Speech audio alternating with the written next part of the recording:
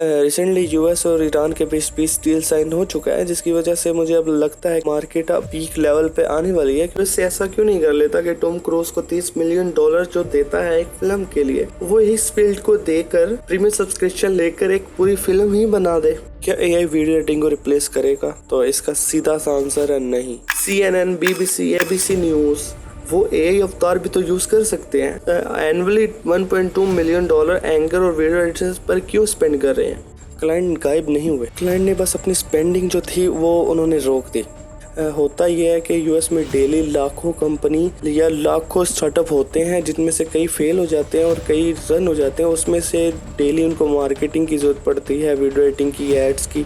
अगर 2 मिनट की वीडियो से animation, sound design, sound effects और म्यूजिक ये सब कुछ हटा देते हैं, सिंपल क्लीन ग्रीन स्क्रीन वाली वीडियो और विदाउट इंट्रो बनी हुई वीडियो अगर हम प्ले करते हैं तो कितने लोग उसको देखेंगे? फरवरी 28, 2026 यूएस और इजराइल ने ईरान के ऊपर हैवी स्ट्राइक किए, जिसके अंदर उसके सुप्रीम लीडर मारे गए। उसके फौरन बाद ही ईरान ने स्ट्रेट ऑफ हार्मोज को कम्प्लीटली तौर पे बंद करने का डिसीजन लिया। वो एक छोटा सा पानी का रास्ता जिसमें दुनिया के 20% से ज़्यादा ऑयल गुजरता था, और अचानक से ऑयल मार्केट में एक जंप दिखा। क्रूड ऑयल $72 पर बैरल हो गया, और वही क्रूड ऑयल वॉर के बाद 107 पर बैरल हो गया, यानी कि 48% की जंप सिर्फ कुछ दिनों में। शिपिंग महंगी हो गई, मैन्युफैक्चरिंग महंगा हो गया, बिजनेस ने अपने एक्स्ट्रा बजट को फ्रीज कर दिया। अब फाइवर और अपवर्क का डाटा ही देख लेते हैं। फाइवर 2021 में ऑल टाइम हाई शेयर्स $323। जून 2026 में वही शेयर्स $10 के करीब ट्रेड हो रहे हैं, यानी कि 97% की गिरावट। अपवर्ड 2023 में ऑल टाइम हाई शेयर्स $60, अभी लगभग $10 के आसपास ट्रेड हो रहे हैं, यानी कि 83% का क्रैश। तो इस सवाल का मतलब ये है कि जो मार्केट क्रैश हुआ उसकी वजह से क्लाइंट गायब हो गए? नहीं, क्लाइंट गायब नहीं हुए। क्लाइंट ने बस अपनी स्पेंडिंग जो थी वो उन्होंने रोक दी। रोकी ऐसे? अब अगर हम बात करें यूएस की, तो यूएस में जो कल्चर है उनके लिहाज से वो इन्वेंटर है, वो इन्वेंशन करने वाले पीपल्स हैं। पाकिस्तान और जो एशिया में बेसिकली वो हम काम करते हैं, हम एक प्रोसेस में चल रहे हैं। लाइक हमने स्टडी की, उसके बाद हमने कोई कोर्स किया, और कोर्स के बाद हमने कोई फॉरेन क्लाइंट के साथ काम किया और अपनी अर्निंग स्टार्ट की। पर जो यूएस का कल्चर है वो वैसा नहीं है। यूएस और यूरोप साइड में जो कल्चर है वो इन्वेंटर है, इन्वेंशन करने वाला कल्चर है।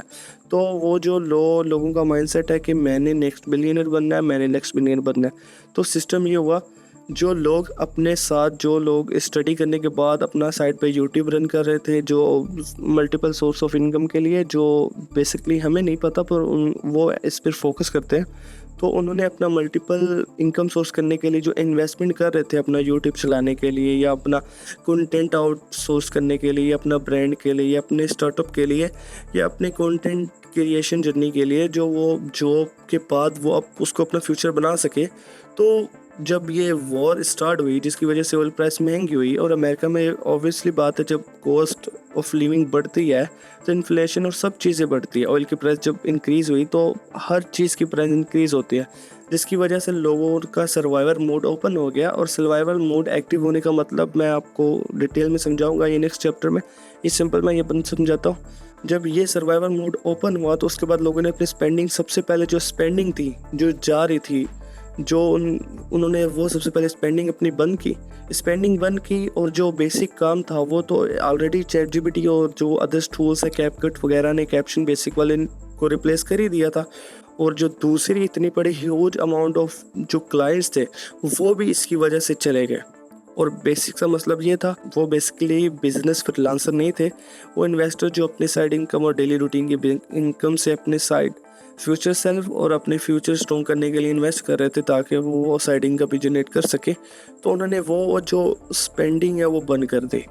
ये यूएस में बेसिकली हम ज़्यादातर काम करते हैं वो यूएस के करते हैं। होता ये है कि यूएस में डेली लाखों कंपनी या लाखों स्टार्टअप होते हैं, जिनमें से कई फेल हो जाते हैं और कई रन हो जाते हैं। उसमें से डेली उनको मार्केटिंग की ज़रूरत पड़ती है, वीडियो एडिटिंग की, एड्स की, ये सब की सर्विस बनती है। जो एशिया में बैठे लोग, जो बेसिकली पाकिस्तान और इंडिया में बैठ के लोग ये छोटे मोटे स्किल्स सीखते, जो हम उनको स्किल्स प्रोवाइड करते हैं, जो वो हमें पे करते हैं।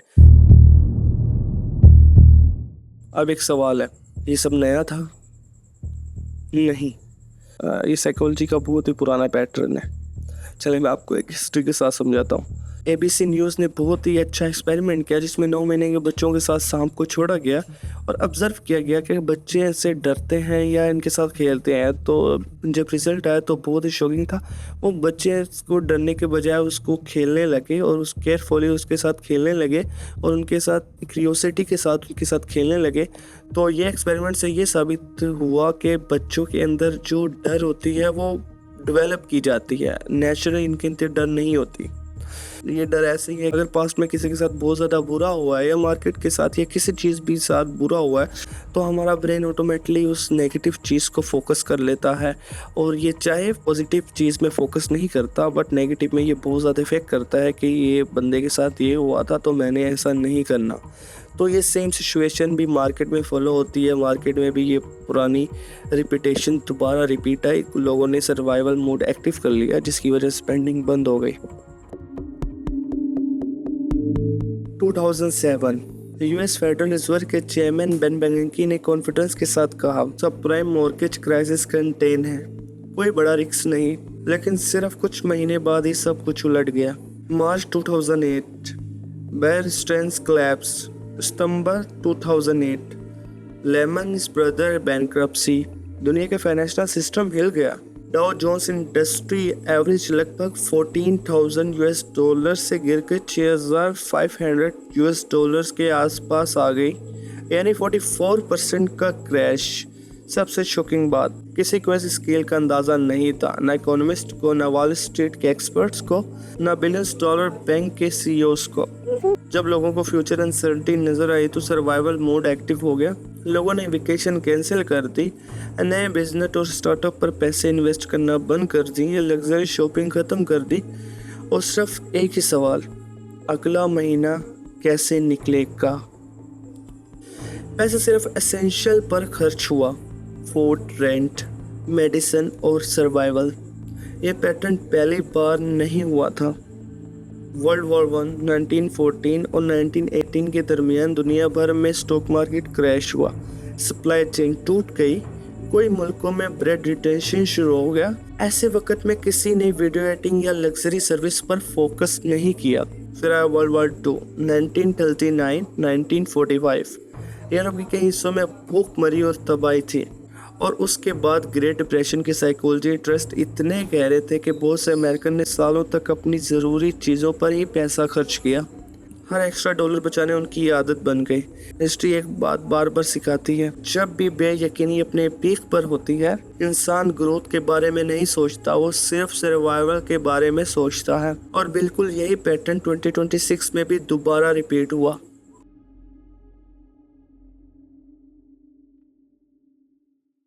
सबसे इम्पोर्टेंट पार्ट, क्या एआई वीडियो एडिटिंग को रिप्लेस करेगा? तो इसका सीधा सा आंसर है नहीं। ध्रुव राठी, जो ऑलमोस्ट बहुत ज़्यादा फेमस है, एवरीवन जो पाकिस्तान और इंडिया में जिसको पॉलिटिक्स की नहीं भी नॉलेज, वो भी उसको जानते हैं, उसको समझते हैं। उसकी वीडियो को क्यों समझते हैं? फर्स्ट करें, अगर ध्रुव राठी की वीडियो से animation, sound design, sound effects और म्यूज़िक ये सब कुछ हटा देते हैं, सिंपल क्लीन ग्रीन स्क्रीन वाली वीडियो और विदाउट इंट्रो बनी हुई वीडियो अगर हम प्ले करते हैं तो कितने लोग उसको देखेंगे? फ़र्ज़ करो हम प्रोफेसर जेंग अगर जिन लोगों को नहीं पता, उन्होंने प्रेडिक्ट की थी कि यूएसए बहुत बुरी तरीक़ा से इस वॉर में हारेगा। जियोपॉलिटिकल दुनिया में बहुत ज़्यादा आलिशान एनालिस्ट माने जाते हैं, उनका कंपैरिजन हम ध्रुव राठी से करवाते हैं। फर्स्ट करें, ध्रुव राठी के डेली व्यूज़ जो आते हैं वो 15 मिलियन 10 मिलियन प्लस व्यूज़ आते हैं एवरी वीडियो में। और अगर हम प्रोफेसर जेंग की बात करें, जो इंटरनेशनली पॉलिटिक्स के मास्टर माइंड माने जाते हैं, जिनको जियोपॉलिटिकल में मास्टर कहा जाता है। अगर हम इन दोनों का कंपैरिजन करवाते हैं, अगर हम बात करें प्रोफेसर चैंग की, जो ध्रुव राठी से बहुत ही नेक्स्ट लेवल और बहुत ही अपर लेवल इंटरनेशनल लेवल पे जियोपॉलिटिकल की वीडियोस और जियोपॉलिटिकल एनालिस्ट माने जाते हैं। फर्ज करें अगर हम यूट्यूब में ध्रुव राठी और प्रोफेसर चैंग का कंपैरिजन करवाते हैं, ये बनता तो नहीं है। ऑब्वियसली बात है प्रोफेसर चैंग एक नेक्स्ट लेवल है और ध्रुव राठी भी ऑब्वियसली बात है कि वो भी नेक्स्ट लेवल है। दोनों ही अपने फील्ड में बहुत ऊपर है, पर प्रोफेसर चैंग रिसर्च और जियोपॉलिटिकल में बहुत ही ऊपर है ध्रुव राठी से। अगर फिर भी हम व्यूज़ की बात करें तो ध्रुव राठी को एवरेज व्यूज़ आते हैं उनकी वीडियो पे वो 10 मिलियन प्लस होते हैं। अगर हम प्रोफेसर चैंग की बात करें तो उनके 1 आवर्स के रिसर्च और स्टडी ये सब पर views maximum 1 lakh, under 1 lakh या मैक्सिमम 10-20, बहुत ही कम व्यूज़ है। तो इसका मतलब ये नहीं कि प्रोफेसर चैंग की जो वीडियो वो फारिक है या उनकी वीडियो की कोई वैल्यू नहीं है, पर वैल्यू की बात अलग है। तो इसमें लोग 1-1 घंटे की वीडियो देखना नहीं पसंद करते। अगर आप अनएजुकेट है, अगर आप स्टडी में महारत नहीं हासिल करते तो आप प्रोफेसर चैंग की वीडियो समझ ही नहीं सकेंगे। तो यहाँ पर बात ये नहीं है कि आप एजुकेट है या नहीं है, बात ये है कि अगर आप ध्रुव राठी की वीडियो देखते हैं, वो किसी एडिटर ने एक सैंपल के साथ एनिमेशन के साथ आपको समझाने की कोशिश की है। वो जैसी एनिमेशन ध्रुव राठी में होती है, एक स्टोरी की तरह बताई जाती है, तो वो वीडियो को ईजी बनाती है। अगर इंट्रो ही आपको पता नहीं होगा कि वीडियो में क्या होने वाला, तो आप वीडियो देखेंगे ही नहीं। प्रोफेसर चैंग की वीडियो 1-1 आवर्स की है और कोई इंट्रो, कोई साउंड इफेक्ट, कोई म्यूजिक, कुछ भी नहीं है, अनकट वीडियो चलती है। पर वो डीप लेवल में एनालिस्ट बहुत ही कम लोगों को समझ आएगी कि वो क्या बात है। पर ध्रुव राठी की वीडियो जो अनएजुकेटेड पर्सन है, जिसको पॉलिटिक्स का ए भी नहीं पता, उसे भी वीडियो क्लियर और अंडरस्टैंडिंग के साथ समझ आती है कि क्या बात हो रही है।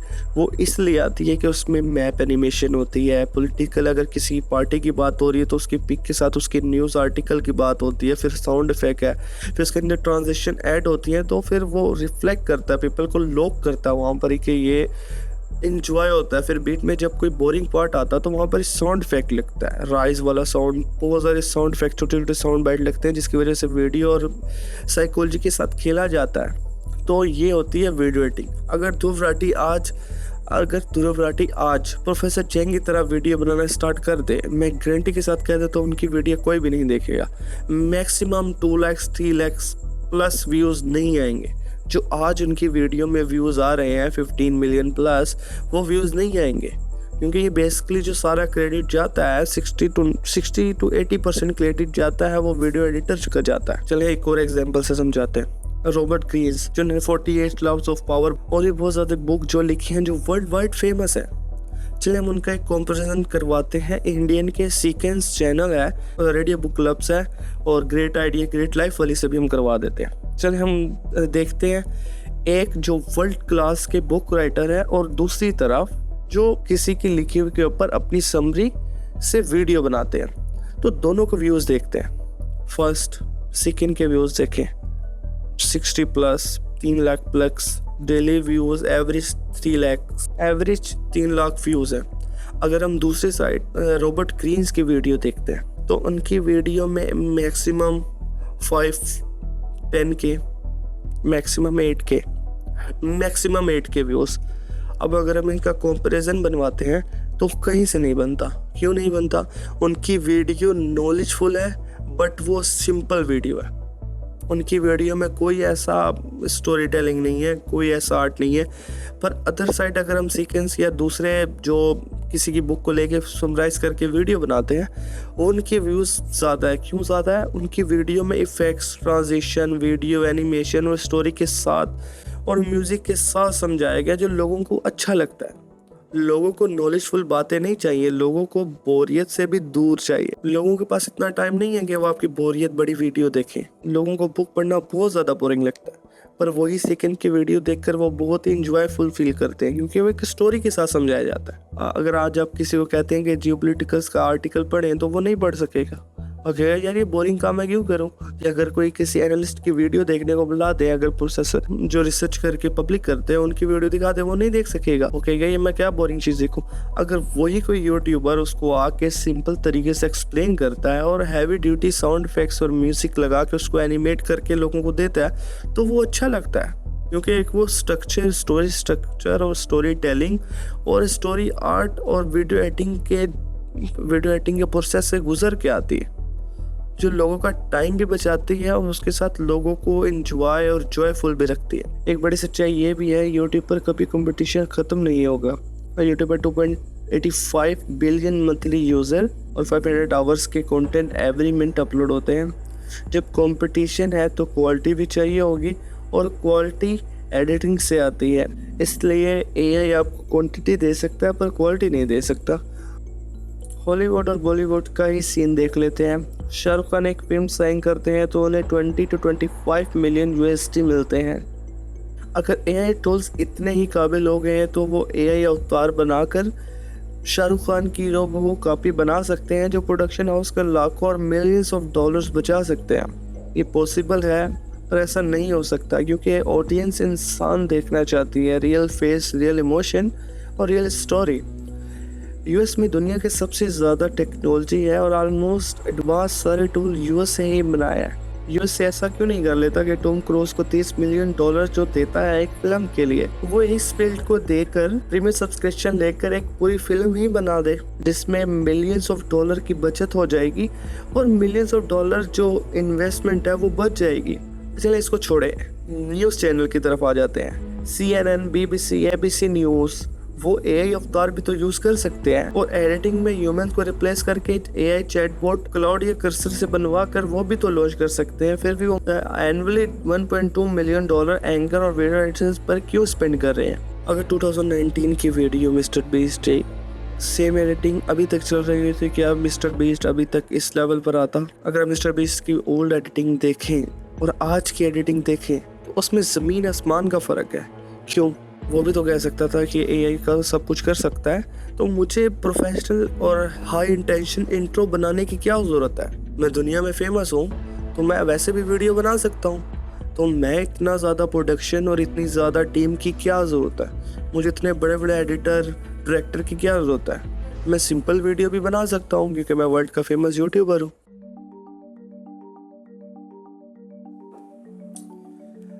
अब यूट्यूब का एक्चुअल डाटा देखते हैं। 2.85 बिलियन मंथली एक्टिव यूजर, रोजाना 1 बिलियन घंटे वॉच टाइम यूट्यूब को मिलती है। यूट्यूब ने 2025 में क्रिएटर्स को $20 बिलियन से ज़्यादा पे किया। म्यूजिक और एंटरटेनमेंट में 42%, कॉमेडी और फनी वीडियो में 35% वीकली यूज़र देखे जाते हैं, एजुकेशन वीडियो पे 26% और गेमिंग में 15%। एआई जनरेटेड चैनल को यूट्यूब RPM 0.50 सेंट $1.50 पे करता है पर 1000 व्यूज़ पर। Other side human made well edit video को अगर हम RPM चेक करें तो वो $3 to $15 पर 1000 व्यूज़ में यूट्यूब पे करता है। एंटरटेनमेंट में ये सवाल ही पैदा नहीं होता कि एआई कभी आ सकता है या इंटरफेयर कर सकता है, क्योंकि लोग रियल ह्यूमन से कनेक्ट करते हैं। अगर आपको डिप्रेशन होता है या अगर आपका कोई माइंड बहुत सैड फील होता है, तो आप कोई रोबोट से बात करके आपको ऐसा फील होगा कि मेरा माइंड फ्रेश हो गया। आपको ये कभी भी नहीं होगा। आप कोई वीडियो देखेंगे, कोई फ़नी या कॉमेडी वीडियो देखेंगे जो रियल वॉइस या रियल ह्यूमन या रियल स्टोरी या रियल इमोशन के बेस में बनी हो, तो वो आपको इफ़ेक्ट करेगी। ये कनेक्शन बना हुआ है। ये आप ऐसा नहीं कह सकते कि ये कनेक्शन एआई भी बना सकता है, पर ये इम्पॉसिबल वाली बात है। आप सोचिए, फर्ज करें अब आप घर आते हैं पूरे दिन वर्किंग के बाद, 12 to 14 आवर्स शिफ्ट या मैक्सिमम 10 आवर्स शिफ्ट के बाद आप घर आते हैं, तो आप फर्ज करें शाहरुख खान की रोमांटिक मूवी के अलावा आप मूवी को छोड़कर आप एआई जनरेटेड फिल्म देखते हैं। ये आपको वैसा मज़ा आएगा जो आपको शाहरुख खान की मूवी देख कर आता, या वो आप वीडियो देखना ही नहीं पसंद करेंगे। रिसेंटली यूएस और ईरान के बीच पीस डील साइन हो चुका है, जिसकी वजह से मुझे अब लगता है कि मार्केट अब ग्रोथ और पीक लेवल पे आने वाली है, क्योंकि एआई बूम और उसके बाद जो कंटेंट क्रिएटर का बूम है वो बहुत ज़्यादा है। आप इमेजिन भी नहीं कर सकते कितने लोग डेली कंटेंट बना रहे थे और मार्केट की वजह से उन्होंने अपनी इन्वेस्टमेंट वगैरह रोक कर खुद वीडियो बनानी शुरू की, जो उनकी वीडियो वायरल नहीं हुई, ना परफॉर्म हुई। क्योंकि वीडियो एडिटिंग एक प्रोसेस है जिसके अंदर आपको ये इंसान के साइकोलॉजी के साथ खेलते हैं, कौन सा साउंड इफेक्ट कहाँ लगना है, कौन सी वीडियो कहाँ पर ही कट होगी, कौन सा कट कहाँ पर ही अच्छा लगेगा। तो ये जो है इतनी जल्दी रिप्लेस होने वाला नहीं था। तो लोगों ने जब ये खुद ट्राई किया होगा तो उनको अंडरस्टैंडिंग होगी कि ये कोई स्किल्स एडिटर ही कर सकता है। क्योंकि अगर किसी ब्रांड की वीडियो वायरल ही नहीं होती तो एआई वीडियो बनाने का उनका मकसद ही क्या है। अगर कोई इंसान वीडियो वायरल करता है, क्रिएटिव बनाता है, तो उसको पता होता है कि क्या चीज़ वायरल होगी और क्या चीज़ नहीं होगी, कौन से कट लगाने से वीडियो 10 सेकंड की पोस्ट के बाद कितनी वायरल हो सकती है या पहले फास्ट कट लगाने से कितनी वायरल हो सकती है। तो ये एक रियल एडिटर ही कर सकता है। और बात रही मार्केट की वापस आने की, तो अब जैसे ही पीस डील खुला है उसके बाद जब ऑयल प्राइसेस डाउन होती हैं और उसके बाद जितने भी ग्रोसरी और जितने भी अदर चीज़ें हैं, बिजनेसेस है, वो वापस से अपने पीक लेवल पर जाएंगे, तो फिर लोगों के अंदर जो सर्वाइवल एक्टिव मोड हुआ था वो बेसिकली थोड़ा थोड़ा कम होगा। ये जैसी बात है, 1-1-2 दिन में तो ठीक नहीं होगा, मंथ्स तो लग जाएंगे, 1 to 2 months, I think more than 2 months। तो उसके बाद ट्रस्ट मी, एआई का जो वीडियो एडिटिंग का बूम है वो दोबारा अपने पीक लेवल में जाएगा और फाइवर के शेयर आई थिंक कोई 100+ तो जाएंगे ही। वो ये मेरी प्रेडिक्शन है।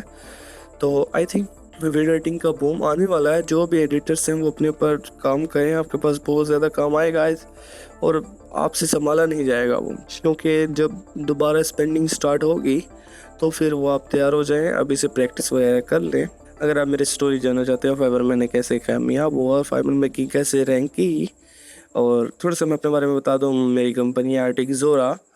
तो मैंने स्टार्ट किया था फ्रीलांसिंग के दम पर। तो मैं फाइवर में आई थिंक टॉप रेटेड होने वाला हूँ। तो अगर आप मेरी जर्नी जानना चाहते हैं तो कमेंट में ज़रूर पूछें या कमेंट करें, जिसकी वोटिंग ज़्यादा होगी तो हम नेक्स्ट वीडियो अपनी स्टार्टिंग जर्नी के ऊपर बनाएंगे। Thank you, peace out.